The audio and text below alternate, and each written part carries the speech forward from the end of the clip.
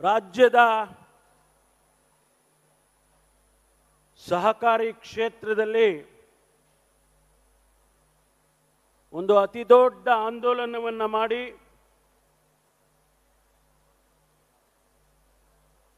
ಪ್ರತಿಯೊಬ್ಬ ರೈತನಿಗೆ, ಬಡವನಿಗೆ ಸಾಮಾಜಿಕ ನ್ಯಾಯವನ್ನು ಒದಗಿಸುವಂತ ದೃಷ್ಟಿಯಲ್ಲಿ ಆರ್ಥಿಕ ಸಬಲೀಕರಣವನ್ನು ಮಾಡುವಂತ ದೃಷ್ಟಿಯಲ್ಲಿ ಕೆಲಸ ಮಾಡೋದರ ಜೊತೆಗೆ ಸಹಕಾರಿ ಕ್ಷೇತ್ರ ಒಂದು ಅತಿ ದೊಡ್ಡ ಕ್ಷೇತ್ರವನ್ನಾಗಿ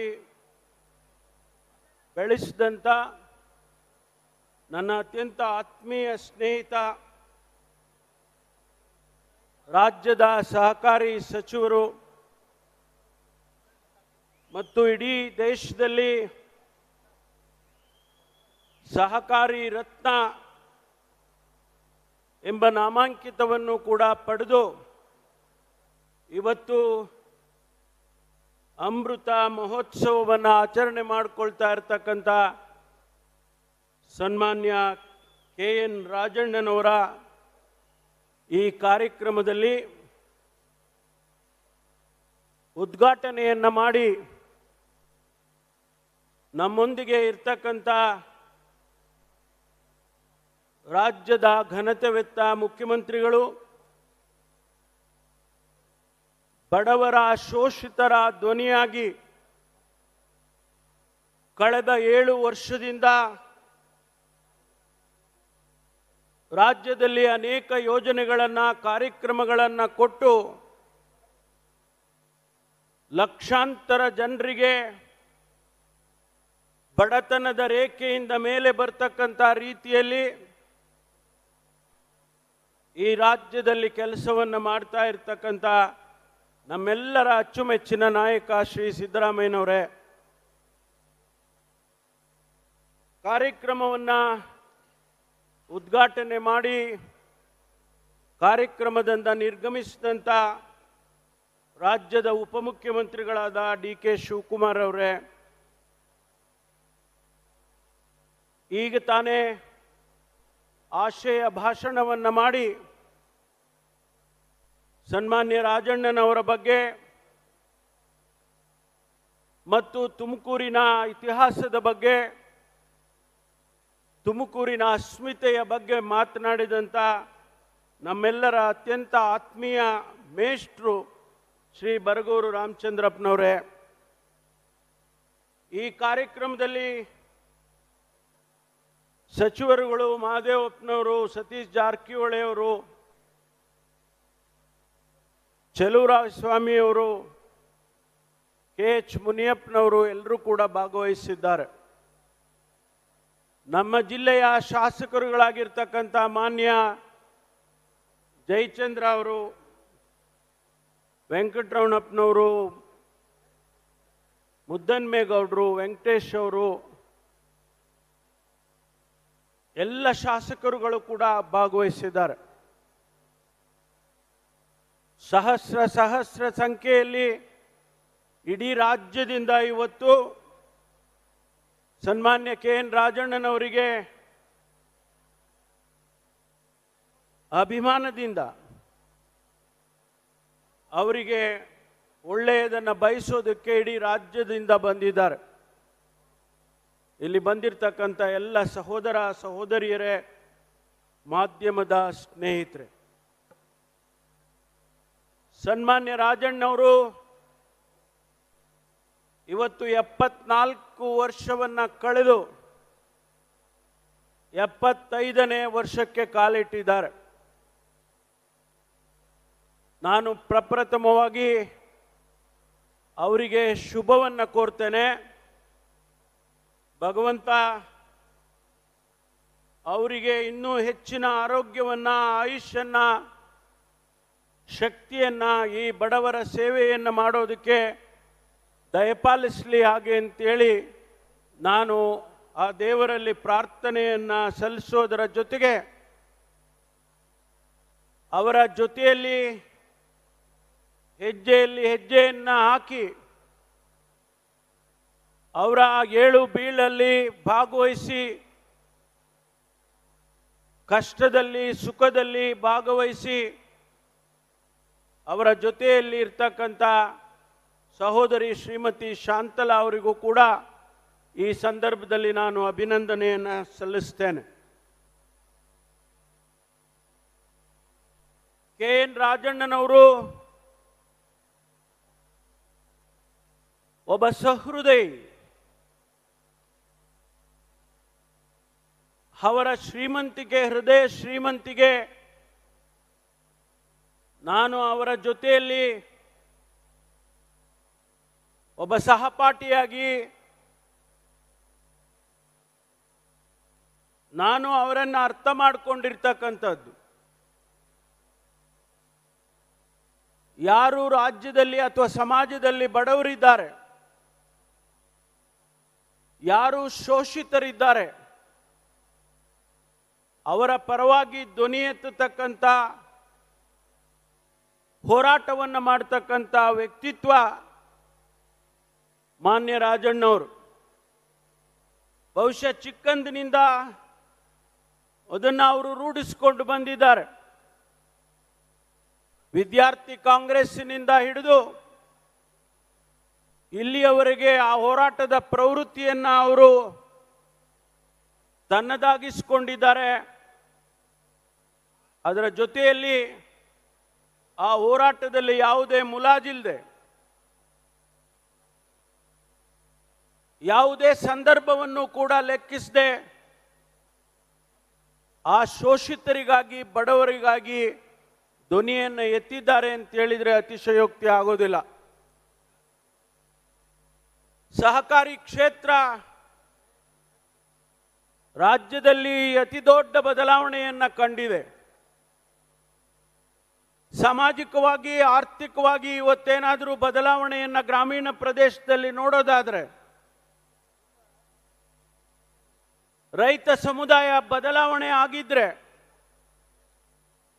ಒಂದಿಷ್ಟು ಆರ್ಥಿಕವಾಗಿ ನಮ್ಮ ರಾಜ್ಯದ ರೈತರು ಶಕ್ತಿಯುತವಾಗಿದ್ರೆ, ಅದು ಸಹಕಾರಿ ಕ್ಷೇತ್ರದಿಂದ ಮತ್ತು ಸನ್ಮಾನ್ಯ ರಾಜಣ್ಣವರು ತಂದಂಥ ಅನೇಕ ಕಾನೂನುಗಳು, ನಿಯಮಗಳಿಂದ ಅಂತೇಳಿ ನಾನು ಇವತ್ತು ಹೇಳೋದಕ್ಕೆ ಬಯಸ್ತೇನೆ. ಅವರು ಯಾರು ಸಾಲ ತೆಗೆದುಕೊಂಡಿದ್ರು ಅಂತಹ ರೈತ ಒಂದು ವೇಳೆ ಮರಣ ಹೊಂದಿದ್ರೆ ಆ ಸಾಲವನ್ನು ಮನ್ನಾ ಮಾಡತಕ್ಕಂಥ ತೀರ್ಮಾನ ಬಹುಶಃ ಇಡೀ ದೇಶದಲ್ಲಿ ಪ್ರಪ್ರಥಮ ಬಾರಿಗೆ ಕರ್ನಾಟಕದಲ್ಲಿ ತೀರ್ಮಾನವನ್ನು ಮಾಡಿದರು. ಯಾರು ಬೀದಿ ಬದಿಯಲ್ಲಿ ವ್ಯಾಪಾರ ಮಾಡ್ತಾರೆ ಅವರಿಗೆ ಸಾಲವನ್ನು ಕೊಡ್ತಕ್ಕಂಥ ಅತಿ ಕಡಿಮೆ ದರದಲ್ಲಿ ಬಡ್ಡಿಯನ್ನು ಕಟ್ಟಿಸ್ಕೊಂಡು ಅವರಿಗೆ ಸಾಲವನ್ನು ಕೊಡ್ತಕ್ಕಂಥ ಅನೇಕ ಕಾನೂನುಗಳನ್ನು, ಬದಲಾವಣೆಗಳನ್ನು ತಂದಿದ್ದು ಸನ್ಮಾನ್ಯ ರಾಜಣ್ಣನವರು. ನಾನು ಅನೇಕ ಸಂದರ್ಭದಲ್ಲಿ ಅವರನ್ನ ಹತ್ತಿರದಿಂದ ಮಾತನಾಡುವಂಥ ಸಂದರ್ಭದಲ್ಲಿ ಅವರ ಮಾತಿನಲ್ಲಿ ಬರ್ತಕ್ಕಂಥ ಆ ಭರವಸೆಯ ಮಾತುಗಳು ಬಡವರಿಗೆ, ಬಡ ರೈತನಿಗೆ, ಬೀದಿ ಬದಿಯಲ್ಲಿ ವ್ಯಾಪಾರ ಮಾಡ್ತಕ್ಕಂಥವರಿಗೆ ನಿಜಕ್ಕೂ ಕೂಡ ಅನೇಕ ಜನರ ಜೀವನವನ್ನು ಬದಲಾವಣೆ ಮಾಡಿದೆ ಅಂತ ಹೇಳಿದರೆ ಅದು ತಪ್ಪಾಗೋಲ್ಲ ಅಂತೇಳಿ ನಾನು ಅಂದ್ಕೊಳ್ತೇನೆ. ಇವತ್ತು ಅವರ ಆಸೆ ಒಂದು ನೆರವೇರಿದೆ. ಕಳೆದ ಬಾರಿ ಸನ್ಮಾನ್ಯ ಜಯಚಂದ್ರ ಅವರ ಚುನಾವಣೆಯ ಸಂದರ್ಭದಲ್ಲಿ ನಾವೊಂದು ಗೊಲ್ರಟ್ಟಿಗೆ ಹೋಗಿದ್ದೋ. ಆ ಗೊಲ್ರಟ್ಟಿಯಲ್ಲಿ ಭಾಷಣ ಮಾಡುವಾಗ ನಾನೇ ಮಾತನಾಡುವಾಗ ಹೇಳಿದೆ, ರಾಜಣ್ಣವರಿಗೆ ಒಂದು ಆಸೆ ಇದೆ, ಮುಂದೆ ಬರ್ತಕ್ಕಂಥ ಕಾಂಗ್ರೆಸ್ ಪಕ್ಷದ ಸರ್ಕಾರದಲ್ಲಿ ಸಹಕಾರಿ ಸಚಿವರಾಗಬೇಕು ಅವರು. ನಮ್ಮ ಸರ್ಕಾರ ಬಂದಿದ್ದೆ ಆದರೆ ಅವರು ಖಂಡಿತವಾಗಿ ಸಹಕಾರಿ ಸಚಿವರು ಆಗ್ತಾರೆ ಎನ್ನುವಂಥ ಮಾತನ್ನು ಹೇಳಿದ್ದೆ ನಾನು. ಇವತ್ತು ರಾಜ್ಯದಲ್ಲಿ ಅವರು ಸಹಕಾರಿ ಸಚಿವರಾಗಿ ಮಾನ್ಯ ಮುಖ್ಯಮಂತ್ರಿಗಳು ಸಿದ್ದರಾಮಯ್ಯನವರು ಅವರ ಆಸೆಯನ್ನು ನೆರವೇರಿಸಿಕೊಟ್ಟಿದ್ದಾರೆ. ನಾನು ಅವರಿಗೆ ಅಭಿನಂದನೆಯನ್ನು ಈ ಸಂದರ್ಭದಲ್ಲಿ ಹೇಳ್ತೇನೆ. ಯಾರಿಗೆ ಪರಿಣಿತಿ ಇದೆ, ಯಾರಿಗೆ ಆ ಕ್ಷೇತ್ರ ಚೆನ್ನಾಗಿ ಅರ್ಥ ಮಾಡಿಕೊಂಡಿದ್ದಾರೆ, ಅವರಿಗೆ ಸಚಿವರನ್ನ ಮಾಡಿದ್ರೆ ಎಷ್ಟೊಂದು ಬದಲಾವಣೆಯನ್ನು ತರೋದಕ್ಕೆ ಸಾಧ್ಯ ಅನ್ನೋದನ್ನ ಮಾನ್ಯ ರಾಜಣ್ಣನವರು ಇವತ್ತು ತೋರಿಸಿಕೊಟ್ಟಿದ್ದಾರೆ. ಸಹಕಾರಿ ಕ್ಷೇತ್ರ ಅತಿ ದೊಡ್ಡ ಬದಲಾವಣೆಯನ್ನು ಇವತ್ತು ಮಾಡಿಕೊಂಡು ಬರ್ತಾ ಇದೆ. ರಾಮಚಂದ್ರಪ್ಪನವ್ರು ಹೇಳಿದಾಗೆ, ಬರಗೂರು ರಾಮಚಂದ್ರಪ್ಪನವ್ರು ಹೇಳಿದಾಗೆ, ಲಕ್ಷಾಂತರ ಗ್ರಾಮ ಪಂಚಾಯಿತಿಗಳ ಸದಸ್ಯರುಗಳು ಅಥವಾ ಸೆಲ್ಫ್ ಹೆಲ್ಪ್ ಗ್ರೂಪ್ ಅಂತ ನಾವೇನು ಕರಿತೇವೆ, ಆ ಸಂಘ ಸಂಸ್ಥೆಗಳಿಗೆ ಸಹಾಯ ಹಸ್ತವನ್ನು ನೀಡ್ತಕ್ಕಂಥ ಸಹಕಾರಿ ಕ್ಷೇತ್ರ ಇವತ್ತು ರಾಜ್ಯದಲ್ಲಿ, ಇಡೀ ದೇಶದಲ್ಲಿ ದೊಡ್ಡ ಬದಲಾವಣೆಯನ್ನು ಕರ್ನಾಟಕ ರಾಜ್ಯ ತಗೊಂಡು ಬಂದಿದೆ. ಅದಕ್ಕಾಗಿ ನಾನು ಮಾನ್ಯ ರಾಜಣ್ಣವರಿಗೆ ವಿಶೇಷವಾದ ಅಭಿನಂದನೆಯನ್ನು ಈ ಸಂದರ್ಭದಲ್ಲಿ ಹೇಳಲೇಬೇಕಾಗ್ತದೆ. ಮುಂದಿನ ದಿನದಲ್ಲಿ ಕೂಡ ಅವರು ರಾಜ್ಯದ ಸಹಕಾರಿ ಕ್ಷೇತ್ರವನ್ನು ಇನ್ನೂ ಹೆಚ್ಚಿನ ರೀತಿಯಲ್ಲಿ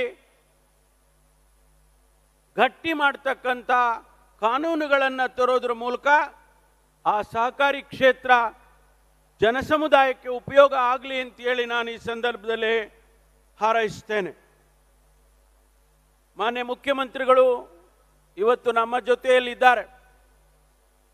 ರಾಜಣ್ಣವರು, ನಾವು ಜಿಲ್ಲೆಯ ಎಲ್ಲ ಶಾಸಕರು ತುಮಕೂರಿನ ಅಭಿವೃದ್ಧಿಯ ಬಗ್ಗೆ ಅನೇಕ ಯೋಜನೆಗಳನ್ನು, ಚಿಂತನೆಗಳನ್ನು ಮಾಡಿಕೊಂಡು ಬರ್ತಾ ಇದ್ದೇವೆ. ಇವತ್ತು ಹೇಮಾವತಿಯ ನದಿಯ ನೀರು ತುಮಕೂರಿಗೆ ಇವತ್ತು 4 ಲಕ್ಷ ಹೆಕ್ಟೇರಿಗೂ ಹೆಚ್ಚು ಭೂಮಿಯಲ್ಲಿ ನೀರಾವರಿ ಆಗ್ತಕ್ಕಂಥ ಯೋಜನೆ ಆಗಿದೆ. ತುಮಕೂರಿಗೆ ಕುಡಿಯುವ ನೀರನ್ನು ಕೂಡ ಕೊಡ್ತಕ್ಕಂಥ ಯೋಜನೆ ಆಗಿದೆ.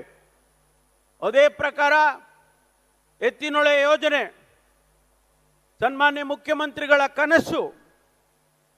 ಏನು ಒಣ ಪ್ರದೇಶಗಳಿಗೆ ನೀರನ್ನು ಕೊಡಬೇಕು, ತುಮಕೂರು ಜಿಲ್ಲೆ ಇರ್ಬೋದು, ಬೆಂಗಳೂರು ಗ್ರಾಮಾಂತರ ಇರ್ಬೋದು, ಅಥವಾ ಚಿಕ್ಕಬಳ್ಳಾಪುರ, ಕೋಲಾರ ಇರ್ಬೋದು, ಈ ಜಿಲ್ಲೆಗಳಿಗೆ ಒಂದು ಹೊಸ ಯೋಜನೆಯನ್ನು ಮಾಡಬೇಕು ಅಂತೇಳಿ ಮಾನ್ಯ ಮುಖ್ಯಮಂತ್ರಿಗಳು 2012ರಲ್ಲಿ ತೀರ್ಮಾನ ಮಾಡಿ ಎತ್ತಿನೊಳೆ ಯೋಜನೆಯನ್ನು ಪ್ರಸ್ತಾಪ ಮಾಡಿದರು.